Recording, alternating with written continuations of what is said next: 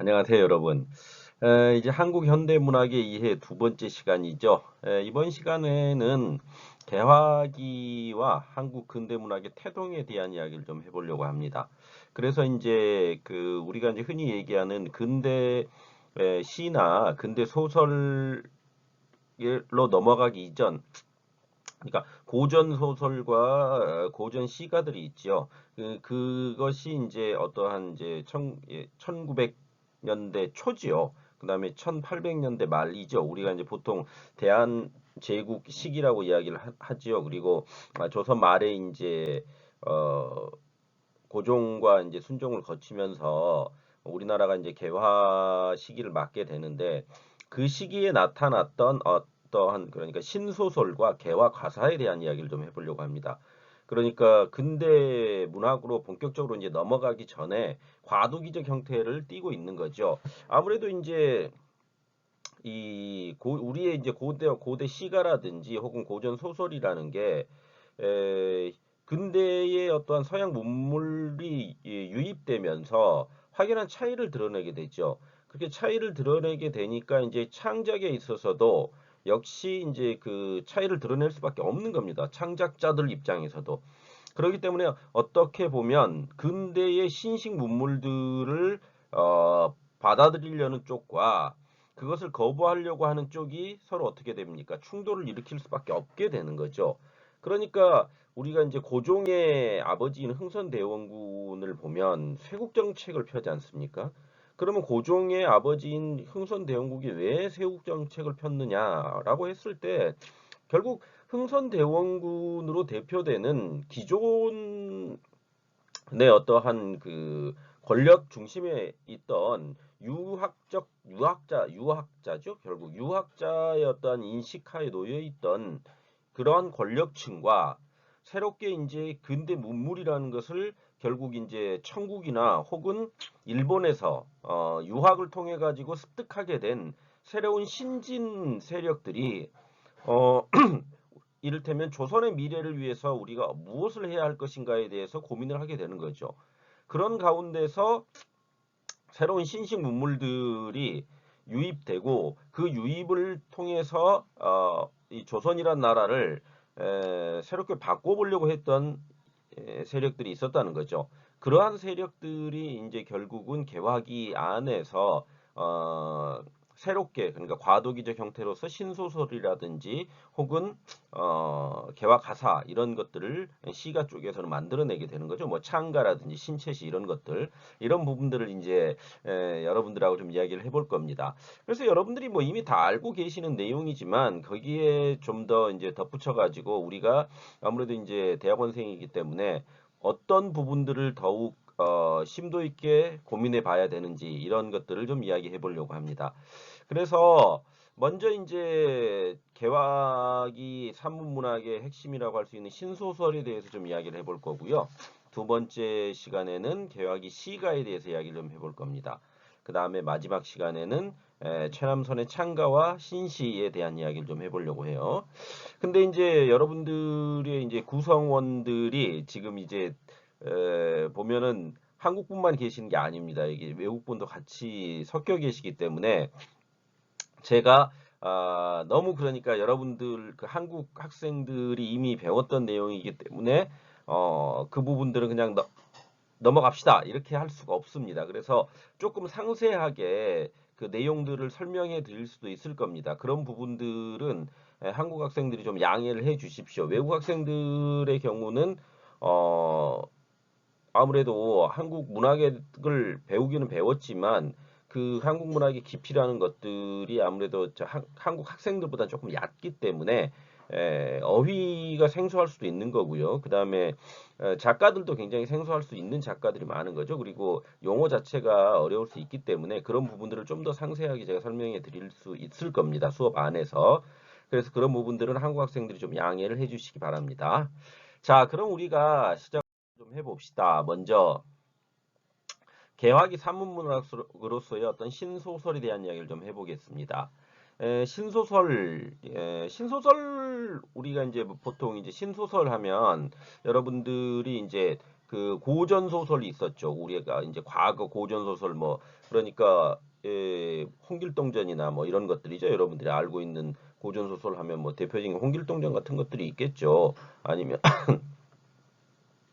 저기 구운몽 이런 것들이 다 고전 소설이라고 할 수 있지 않습니까? 뭐 여러분들이 잘 알 수 있는 그런 것들이 이제 대표적인 고전 소설이라면 이 신소설이라는 것은 결국 과도기적 형태의 소설이라고 할 수가 있죠. 과도기적 형태의 소설.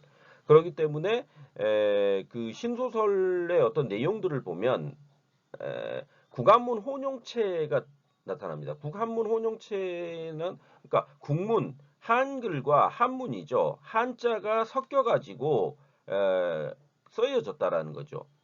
그것은 그 과거의 어떤 소설들이 물론 이제 한글 소설도 있었지만 한문 소설도 있지 않습니까? 고전 소설 안에. 그럼 한문 소설이 있었고 한글 소설도 있었고 그런데 대부분이 이제 그 소설의 창작에 있어서 핵심 창작층은 사대부 계층이었지 않습니까? 대부분이. 사대부 계층이다 보니까 어, 소설이 실질적으로 조선시대 때 크게 성행하지는 않지요. 그게 왜 그러냐면은 시가를 굉장히 중시했거든요. 유학자층에서. 그리고 소설 자체를 굉장히 좀 천시했죠. 어떤 면으로 본다면. 그것은 우리가 이제 그 이런 것들을 한번 생각해 봐야 됩니다. 조선시대 선비들이 무엇을 했는지를 한번 생각해 봅시다. 그러면 그들이 이제 우리 저기 이런 얘기 하죠. 은풍농월이라든지 강호한정 이런 이야기들을 많이 하지 않습니까? 그러니까 여러분들이 이제 고등학교를 거쳐서 대학교에 들어와서 이제 대학원까지 왔는데 고등학교 문학 시간에 배웠던 것을 보면 조선시대의 대표적 시가 형식이 이제 뭐 시조가 있었죠. 시조가 있었고, 그 다음에 뭐 이제 고려시대 때부터 내려왔던 경기체가가 이제 조선 초에까지 어느 정도 내려오다가 이제 그게 없어져 버리죠. 그리고 이제 그 주류가 이제 시조 형식으로 바뀌게 돼 버리는데 그런 것들 안에서 놓고 본다면 그 어떠한 그 선비들이 그러니까 선비라는 것은 어, 관료로 나가기 전에 준비생들이죠. 지금으로 따지면 고시를 준비하는 고시 준비생 정도가 될 거 아닙니까? 그러니까 내가 과거에 급제를 해야지만 정치로 나아갈 수 있죠. 그러니까 관료로 들어갈 수 있는 거 아닙니까? 그래서 시험을 보지 않습니까? 과거라는 시험을 보게 되는데 그 전에 준비생들이 다 선비 계층이라고 할 수가 있는 거죠. 그런 거 선비 계층이 배우는 것은 다 유학과 관계되어 있는 것들이지 않습니까? 그러면은 조선이라는 나라 자체가 유학을 중심으로 한 나라이기 때문에 거기 안에서의 어떤 사상 체계라든지 의식 체계 아니면은 중심 지도층들이 가지고 있었던 생각들의 핵심은 유학이었거든요. 그럼 그 유학의 핵심에 있어서 유학이 중시했던 것들은 시가였다는 거죠. 고전 소설보다는. 그러니까 소설 쪽 거, 그러니까 산문 형식보다는 운문 형식을 훨씬 더 높게 쳤다는 거죠. 어, 그렇게 되다 보니까 소설이 크게 조선시대 때 성행하지는 않았지 않습니까? 실질적으로. 그러니까 우리가 알고 있는 고전 소설이라는 것도 대부분 보면은 이 그 고전 소설의 소비층들 있죠. 그러니까 독자층이라고 하고 혹은 소비층이라고 했을 때 대부분이 뭡니까? 여성이거나 혹은 사대부 밑에 뭐 중인이라든지 혹은 천민들을 대상으로 한다라는 그런 인식이 있었거든요. 그래서 이 한글 소설 같은 경우에는 한글 소설 뭐 이를테면 홍길동전이라고 그럽시다. 홍길동전이라고 그랬을 때 홍길동전의 그 내용이라는 것 자체가 궁극적으로 뭡니까? 계급제도 자체를 갖다가 부인하고 있지는 않지만 새로운 율도국이란 이상 세계를 건설하기 위해서 홍길동이 벌이는 일이라든지 혹은 계급제 안에서 그러니까 형을 형이라고 부르고 호부호형 아닙니까? 호부 그러니까 뭐 여러분 잘 알고 계시겠지만 외국 학생들이 계시니까요. 호부 아버지를 아버지라 부를 수 있고 호형 형을 형이라고 부를 수 있게 해달라는 거잖아요. 결국 그게 왜 그러냐 홍길동이 첩의 자식이기 때문에 서자 출신이기 때문에 형을 형이라고 부르지 못하고 아버지를 아버지라 부르지 못하지 않습니까? 그러니까 그것을 허락해달라, 허해달라 이런 거 아닙니까? 그러니까 그 내용들을 보면 계급 질서에 반하는 것들이거든요. 그렇기 때문에 사대부들이 그 소설을 읽고 좋아할 리는 없지 않습니까? 그런 거죠. 계급이라는 것이 그만큼 무서운 거지 않습니까? 계급 자체가. 그래서 계급의 중심에 서 있는 권력자들은 그 권력을 유지시키고 계급을 유지시키려고 더 노력하는 것일 것이고, 그 계급의 하층에 속해 있는 일반 민중들은 그 계급을 타파하고 없애려고 하게 되는 거 아닙니까? 그래서 그러한 것들이 결국은 두 집단 간의 충돌을 일으킬 수밖에 없게 만드는 거죠. 얘기가 좀 길어졌는데요. 아무튼 이 신소설이라는 것이 결국 등장을 하지만 실질적으로 신소설의 그 내용이라든지 신소설이 흘러가는 형식을 보게 되면 결국 우리가 이제 이 이인직을 이야기하게 될 건데요. 이인직이라는 인물이 가지고 있는 특성과도 궤를 같이 한다고 보시면 이해가 쉬울 겁니다. 자, 그래서 이 신소설은 고대 소설과 근대 소설의 과도기적 형태죠. 그렇기 때문에 표충 주제, 그러니까 겉으로 드러나 있는 주제라는 것은 개화사상, 그 다음에 신교육사상, 그 다음에 미신타파가 되겠죠. 어, 이게 지금 그러니까 개화사상이라는 것은 새로운 문물을 받아들여야 된다라는 거죠. 신교육이라는 것은 그 새로운 문물을 받아들이는 데 있어서 새로운 교육 제도 자체도 받아들여야 한다는 것이고, 미신타파라는 것은 결국 우리가 이제 미신으로 타파하고 있는 것들이 다 뭡니까? 무속신앙들 아닙니까? 그런 무속신앙들을 타파하고 새로운 서양의 근대 문물을 받아들여야 한다라는 게 겉으로 드러나 있는 주제라는 거죠. 표충 주제라는 거죠. 그렇지만 그 이면에 내재되어 있는 것은 결국 고대 귀족적 영웅 소설에 충실한 고 있다는 겁니다. 귀족적 영웅 소설이라는 것은 그 귀족적 말 그대로 홍길동전을 봅시다. 우리가 홍길동전 아까 얘기를 했으니까요. 홍길동전에서 홍길동이 어떤 출신입니까? 서자 출신이죠. 서자 출신이긴 하지만 홍길동 자체가 이미 뭡니까? 반은 양반이지 않습니까? 그러니까 출신 성분 자체가 반은 양반이고 반은 천민이거든요. 그렇게 되면 그 반쪽짜리 양반이긴 하지만 그는 결국 올고지 이를테면 하층 계급이 아니지 않습니까? 물론 신분제도 하에서 서자는 취급을 제대로 못 받죠. 그렇지만 서자가 제대로 취급을 못 받는 것은 누구 입장에서 봤을 때요? 그렇죠. 상층인 권력자들 입장에서 봤을 때 쟤는 반이 그러니까 어떠한 순수성이죠. 혈통의 순수성에 문제가 있는 아이이기 때문에 제 문제 있는 애야라는 정도로 받아들일 수는 있겠지만 실질적으로 하층민들이 봤을 때는 반이 양반 피가 섞여 있기 때문에 올고지 어떤 하층민들의 그 여망이라든지 혹은 자신들이 지향하는 바들을 담아낼 수는 없는 거거든요. 그거는 출신 성분에서 오는 한계입니다. 그러니까 작자라는 것 이런 거죠. 우리가 실학사상을 이야기할 때 실학사상이 가지고 있던 한계라는 것이 궁극적으로는 뭡니까? 실사구시라든지 이용후생 뭐 이런 이야기들을 하지 않습니까? 실학사상을 통해서. 그렇지만 그 실학자들 자체가 이미 뭡니까? 유학을 배운 유학자 출신이라는 한계를 못 넘어서지 않습니까? 궁극적으로 그들 역시 뭡니까? 권력을 지향하는 권력 예비 준비생들 아닙니까? 그리고 어떤 면에서 보면 실학자들이 대부분 권력의 중심에 가 있지 못하거든요. 그러면은 권력 주변 중심에 가 있지 못하는 변두리 어떤 좀 냉정하게 얘기한다면 변두리 사람들이 주장했던 학문이기 때문에 실질적으로 사용이 제대로 되지도 못했고 학문적 완성도에 있어서도 한계를 가질 수밖에 없었다는 겁니다. 그러니까 신소설도 동일하다는 거예요. 결국은 그 고대 소설에서 근대 소설로 넘어오는 과도기적 형태라고 그랬지 않습니까? 그럼 근대 소설의 핵심이 뭡니까? 자아의 발견 아닙니까? 자아. 나는 누구인가를 갖다 발견하는 게 근대의 핵심이거든요. 그렇기 때문에 그 근대의 핵심인 자아를 발견하는 것과는 상반되어 있는 게 바로 뭡니까? 고대 소설 아닙니까? 고대 소설은 대부분 여기서 말했듯이 영웅 소설이지 않습니까? 한 명의 영웅이 뭘 해야 돼요?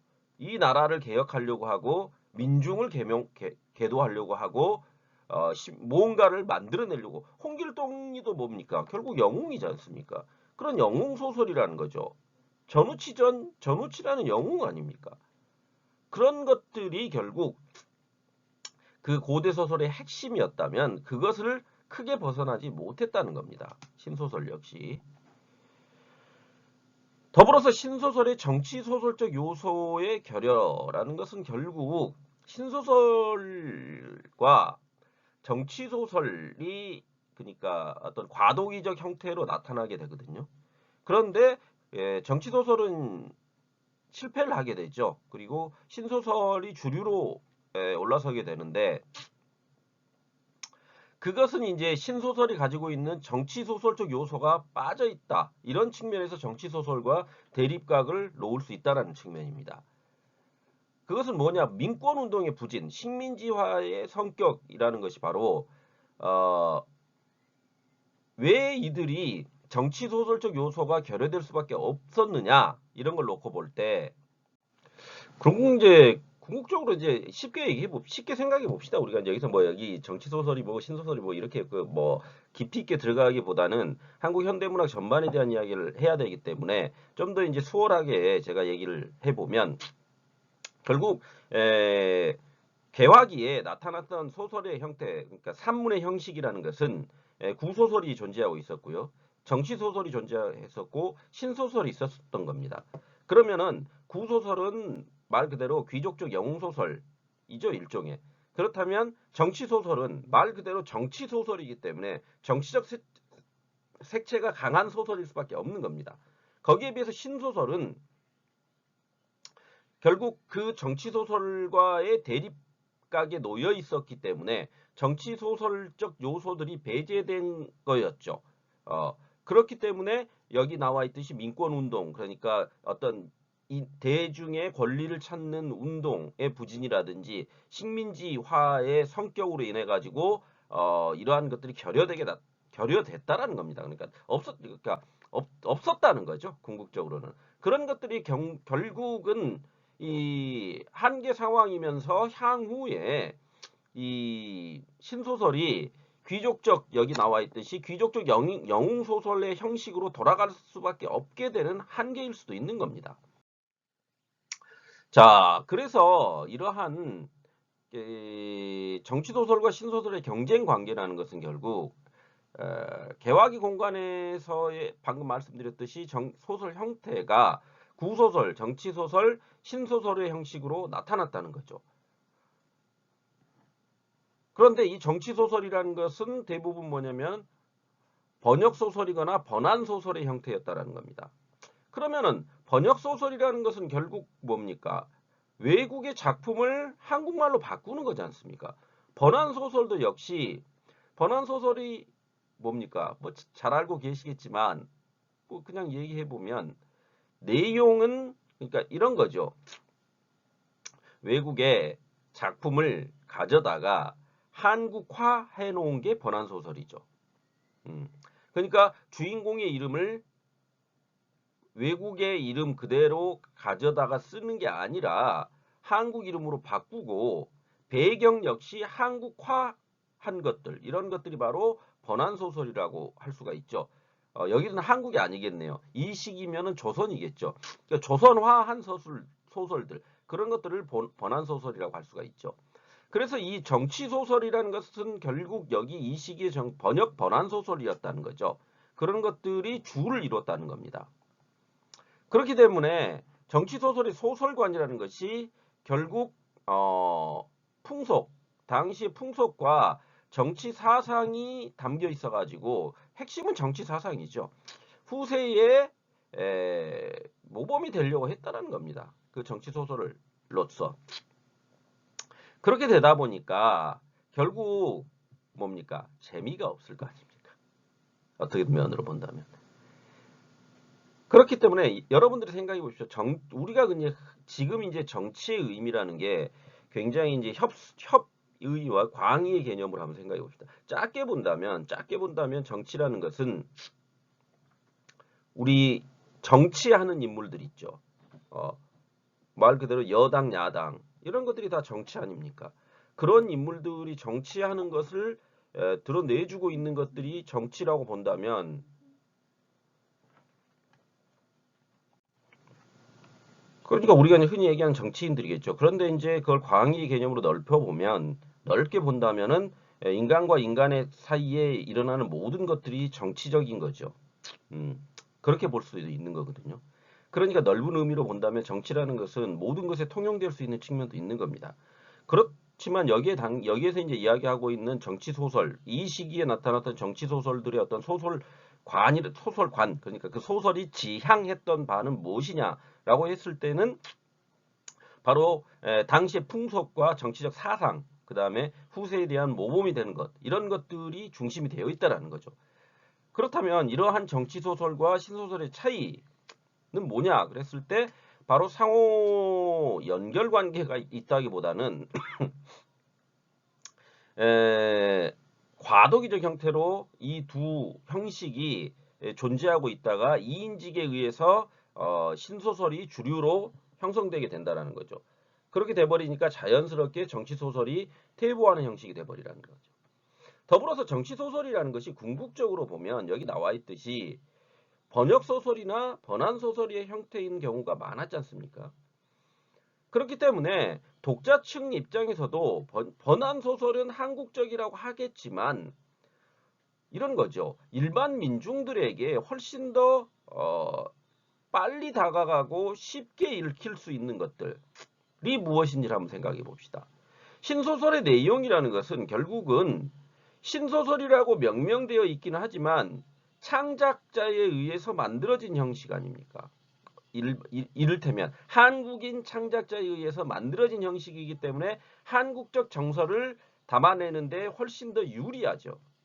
거기에 비해서 번역 번안 소설이라는 것은 궁극적으로 외국의 작품을 가져다가 하는 거기 때문에 그 내용이라는 것이 한국적 정서와는 맞지 않을 수도 있는 것들이 많을 겁니다.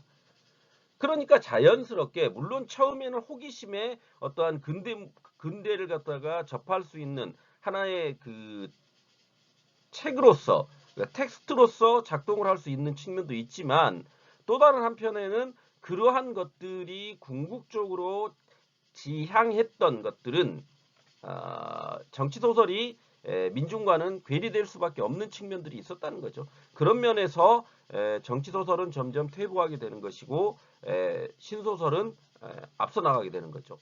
그런데 여기서 이제 이런 것도 있습니다. 이 신소설이 앞서 나가겠다기보다는 신소설이 주류가 됐다고 하지만 궁극적으로 이인직의 어떠한 그 주도에 의해서 신소설이 만들어졌지만 결국 나중에는 그 신소설이 사라져버리고 근대소설이 주류로 등장하게 되는 그 이유 역시 신소설이 가지고 있던 고소설과의 어떠한 구소설, 고전소설, 고대소설과의 변별점이 없어져 버린다는 거죠. 그건 이제 앞서 얘기했듯이 어떤 영웅소설, 과거의 어떤 영웅 중심의 소설 형식들, 그 다음에 구태의연함, 그 다음에 어떠한 우리가 이제 흔히 이제 계모류의 소설이라 그러지 않습니까?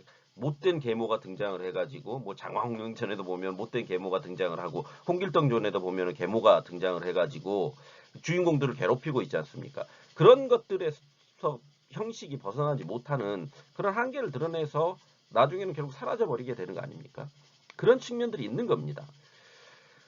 그래서 이러한 핵심에 놓여있던 인물 이인직을 좀 우리가 살펴볼 필요가 있습니다. 그래서 이인직이라는 인물이 어떤 인물이냐 그랬을 때 이인직은 이제 관비 유학생이거든요.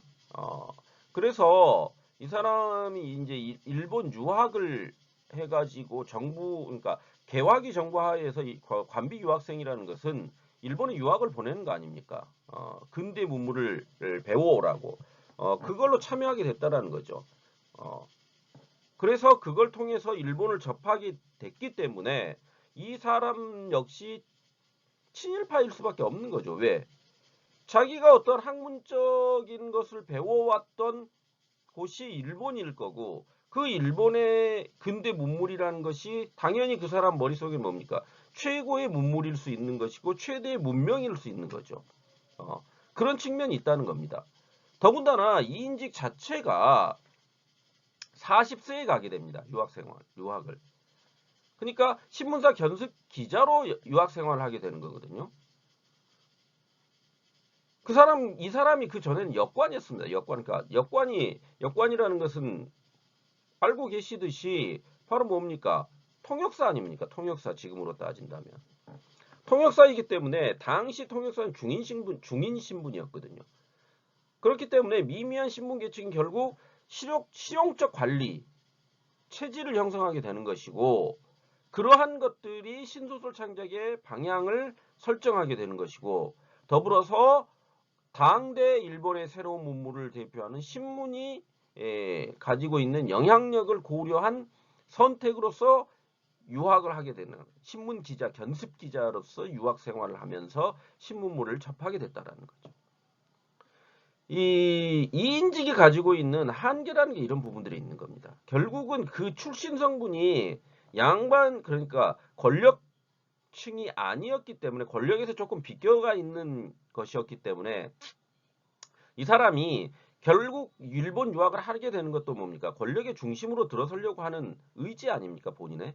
그런 의지들이 작동을 하고 있기 때문에 궁극적으로 결국 그가 어떠한 그 유학을 통해서 느꼈던 그런 것들을 소설로 풀어낸다고 했을 때 자신이 결국 자신의 출신 성분의 한계에서 오는 측면들을 소설 안에 담아낼 수밖에 없는 것이고, 그러한 것들이 이인직 소설의 어떠한 그 3단계가 있거든요. 그 안에서 본다면 점점 소설적 완성도에 있어서 퇴보하는 그러한 형태로 드러나 버리게 됐다라는 겁니다. 그래서 이제 이 시기에 이제 일본에서는 이제 정치 소설이 유행하게 되는데요. 그 정치 소설이라는 것이 결국 메이지 유신을 계기로 해서 관에 맞서는 민권파, 그러니까 이 백성의 권리를 주장하는 민권파에 의해서 만들어지게 됐다는 거죠. 그래서 그 내용이라는 것이 결국 정치 안에서의 어떠한 권성징악적인 것을 내용으로 했고요. 더불어서 서양의 어떠한 정치와 문학과의 어떤 밀접한 관계를 이해한 신진 작가들이 창작을 했기 때문에 선비 출신의 정치 운동가에 의해서 창작이 되었다는 거죠. 그렇지만 이 정치 소설이라는 것도 궁극적으로 민권파이긴 하지만 그들의 출신 성분이 선비라는 것들, 그러니까 결국은 관료로 나아가기 위해서 준비 단계에 있던 사람들이기 때문에 그들이 지향하는 바라든지 혹은 소설의 내용이라는 것도 그 어떻게 본다면 민중과는 약간은 괴리되어 있는 측면들이 있습니다. 그렇지만 이제 고전 소설의 핵심이라고 할 수 있는 권선징악, 선을 권하고 악을 징벌한다라는 그 형식은 그대로 유지시켜 놓고 있다는 거죠. 왜? 독자층을 고려한 측면이 있는 겁니다. 재미가 있어야 되지 않습니까? 재미가. 권선징악이 들어가 있어야지 재미가 있는 거지, 권선징악이 빠져 있을 때 재미가 없죠, 일단. 그런 측면들을 고려했다라는 겁니다. 그래서 이러한 일본의 정치 소설들이 그 당시, 그러니까 이인직이 유학을 하고 있을 당시 유행을 하고 있었기 때문에 이인직 역시 그 정치 소설의 영향 하에 놓일 수밖에 없었다라는 거죠. 그렇지만 이 이인직 역시도 그러니까 어떻게 보면 이 정치 소설을 창작했던 사람들이, 아까 이제 제가 그 실학 말씀을 잠깐 드렸지 않습니까? 실학이 한계점을 가지고 성공을 하지 못했던 하는 부분들이 뭐냐 그랬을 때 정치 권력의 중심에 서지 못했다는 거죠. 지금으로 따지면은 여당이 아니라 야당이었다는 거 아닙니까? 여기 정치 소설을 쓰는 창작자 역시 그와 같은 야당의 역할을 수행했던 사람들이라는 거죠. 그렇기 때문에 이인직 역시 자기 신분 계급이 중인 출신이고 아무래도 권력의 중심에 놓여 있지 않았던 인물이기 때문에 그가 가지고 있던 어떤 권력 욕이라든지 분명히 있을 거 아닙니까? 그렇지만 또 한편으로는 창작욕도 같이 있었겠죠. 그러한 권력욕과 창작욕이 합해져서 만들어진 게 바로 신소설, 이인직이 만들어냈던 신소설이라고 할 수 있다라는 거죠. 그렇기 때문에 그 역시 어떤 소설 창작을 통해 가지고 대중의 인기를 얻게 되면 결국 그것이 자신에게 정치적 힘으로 작용할 수 있다라는 실용적 계산에 의해서 창작을 하게 됐다라는 거죠. 그러니까 창작의 의도가 어떤 면으로 보면 좀 불순하죠. 지금으로 얘기한다면. 불순한 창작 의도를 가지고 있기 때문에 그 내용 역시 한계가 올 수밖에 없었다는 겁니다. 그래서 이러한 이인직 소설의 어떠한 이중 구조를 놓고 보면 처음에 이제 혈앤우가 대표적이지 않습니까? 그래서 천국에 대한 증오. 왜 천국에 대한 증오가 있겠습니까? 당연히 뭡니까? 자기는 일본 유학파거든요. 일본 유학파니까 천국에 대한 증오가 나올 수밖에 없는 것이고 친일적인 사상이 담길 수밖에 없는 겁니다. 더불어서 자신이 근대 문물을 갖다가 배워왔기 때문에 근대 문물을 통해 가지고 새로운 사회의 개혁이 일어나야 된다는 이야기를 할 거 아닙니까? 그러려면 구 세력에 대한 까기가 있어야 되죠. 모두 까기하죠. 모두 까고 있지 않습니까, 지금. 그러니까 탐관오리로 대표되는 구 정치 세력에 대한 혐오를 갖다 드러내게 되는 거죠. 더불어서 자기가 이제 신문물을 배워왔기 때문에 문명 개화를 통한 신교육 사상에 대해 아주 긍정적인 것들을 표출하게 된다는 거죠. 그래서 한국적 현실을 가장 실리적 측면에서 파악하게 되는 겁니다. 하지만 역시 이제 그 정치 소설의 결여 형태로 등장했다라는 것은 그가 가지고 있는, 그러니까 그가 일본에서 정치 소설의 영향을 받았기는 하지만 그걸 자기 나름대로 실리적 측면에서 결합해 보았을 때 정치 소설이 가지고 있는 이를테면 속된 말로 얘기하면 재미없음을 떠나야 되겠다라는 것들, 그런 것들을 빼고, 그러니까 자신의 어떠한 그 생각들을 집어넣는 형식, 그게 이제 새롭게 한국화된 신소설을 만들어내게 됐다라는 거죠. 그래서 이 혈의누가 이와 같은 골격을 가지고 있다면 혈의누의 후속편이라고 할 수 있는 속편격의 성격을 가진 모란봉에 오게 되면 계모형 가족소설의 형태로 후퇴해버린다는 겁니다. 무슨 얘기냐? 결국 그가 소설 창작을 했던 의도가 아까 제가 불순하다고 말씀드렸지 않습니까? 의도 자체가 불순하기 때문에 소설 역시 뭡니까? 혈앤우로 자기가 인기를 얻었어요. 이를테면. 그러면 그 다음 이제 모란봉을 써내지 않습니까? 그럴 때는 뭡니까? 일종의 인기 영합주의죠. 인기에 영합해서 대중들이 더 원하는 쪽으로 갈 수밖에 없다라는 거죠. 그러면은 대중들이 더 원하는 쪽으로 갈 수밖에 없다. 그럼 뭐가 가미될 수밖에 없는 겁니까? 재미가 가미될 수밖에 없고 속됨이 가미가 될 수밖에 없는 거죠. 그런 것들이 결국은 계모형 가족소설 형태로 후퇴하게 만들어버렸다는 거죠. 그러니까 나쁜 계모라는 악인을 한 명을 내세워가지고 가족들 안에서 벌어지는 그러한 이야기들의 형식이 되어버렸다는 겁니다. 결국은. 그러한 것들이 이제 이 세 번째, 그러니까 은세계에 오게 되면 민중의식이 특출나게 드러나긴 합니다. 더불어서 탐관오리의 내용을 통해 가지고 구정치인에 대한 역시 불신과 증오를 같이 드러내죠. 그렇게 되니까 이런 겁니다. 혈의누가 있고 모란봉이 있고 은세계가 있거든요. 그러면 혈의누는 이제 저희가 맨 전반부라고 할 수 있고 모란봉이 후반부거든요. 그런데 후반부인 모란봉이 와가지고 재미를 가미하다 보니까 소설적 완성도의 후퇴를 가져왔다고 했지 않습니까? 그런데 이 은세계에 오게 되면 그게 이제 전반부와 또 후반부로 나뉘게 되거든요. 그런데 이게 보십시오. 최병두 타령이 전반부고 영웅소설형 전개가 후반부거든요. 그러면 혈의누와 모란봉과 동일한 형식 구조를 가지고 있지 않습니까? 그러니까 최병두 타령이라는 것은 결국 앞에 나와 있는 탐관오리의 내용도 구정치인에 대한 불신과 증오를 드러내는 거거든요. 그것이 혈의누와 같은 구조에 놓여 있다면 은세계의 후반부는 모란봉과 같은 구조라는 거죠. 그리고 고전소설, 영웅소설형이라는 것은 결국 고전 소설이 고대 소설들이 답습하고 있던 그 형식을 그대로 차용해 와가지고 소설을 창작했다라는 거죠.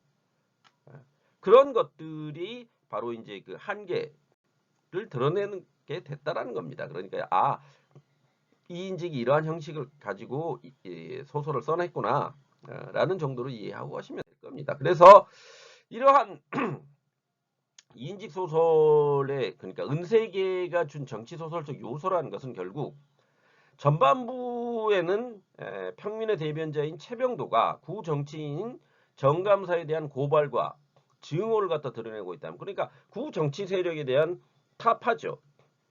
후반부는 원통하게 죽은 최병도 아들 딸의 어떤 개혁 사상을 드러내는 것을 통해 가지고 무언가를 그러니까 이런 거죠.